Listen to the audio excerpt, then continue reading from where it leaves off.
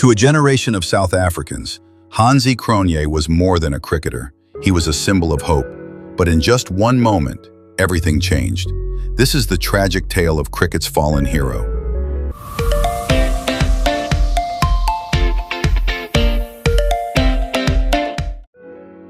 Wessel Johannes Hansie Cronje was born on the 25th of September, 1969, in Bloemfontein, South Africa. Sport was in his blood. His father and brother both played cricket, though never at the highest level. At Grey College, Hansie wasn't just a student. He was head boy, captain of both cricket and rugby, and a born leader. By 18, he was playing first-class cricket for Orange Free State. By 21, he was their captain. Hansie's international career kicked off at the 1992 World Cup, South Africa's first major tournament after readmission. He impressed with both bat and ball, and his leadership qualities were hard to miss. Soon he was producing match-winning knocks and vital spells. His maiden Test century, 135 against India, was a marathon innings that sealed South Africa's first Test victory since coming back into world cricket. By 1993, he was already vice-captain, and when Kepler Wessels stepped aside, the torch was passed. At just 24, Hansie Cronje became South Africa's Test captain, the youngest since 1898. Then came the partnership that defined South African cricket in the 90s, Hansie Cronje and coach Bob Woolmer. Together, they turned South Africa into one of the toughest, most disciplined teams in the world. They weren't flashy, they weren't always crowd favorites, but they were relentless. Series wins in Pakistan, a whitewash over the West Indies, a run to the semifinals of the '96 World Cup, and the ICC Knockout Trophy in 1998, their only ICC title until very recently. Cronje wasn't just a captain, he was the general. Respected, feared, admired. But then came 1999.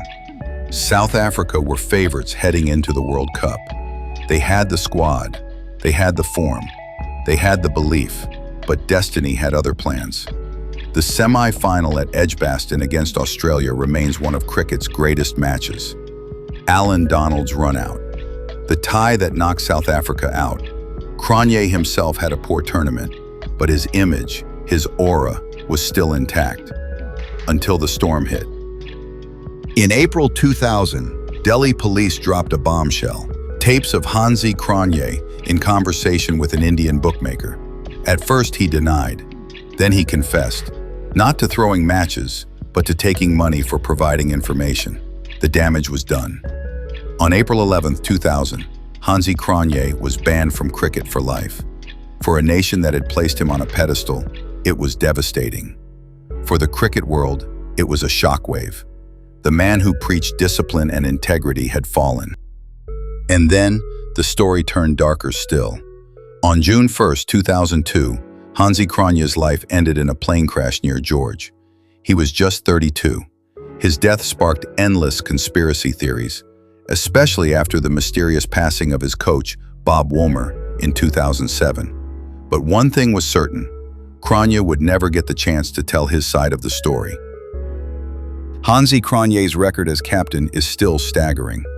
27 Test wins, nearly 100 ODI victories, a win percentage among the very best in cricket history. Yet his legacy will always be divided. To some, he will forever be the traitor who betrayed the game. To others, he's still the leader who carried South African cricket into a new era. The saddest part?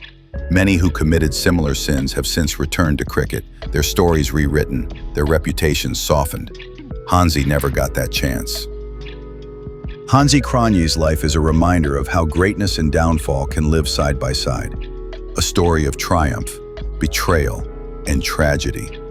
The name Hansie Cronje will never be forgotten. But how he's remembered, that depends on who you ask.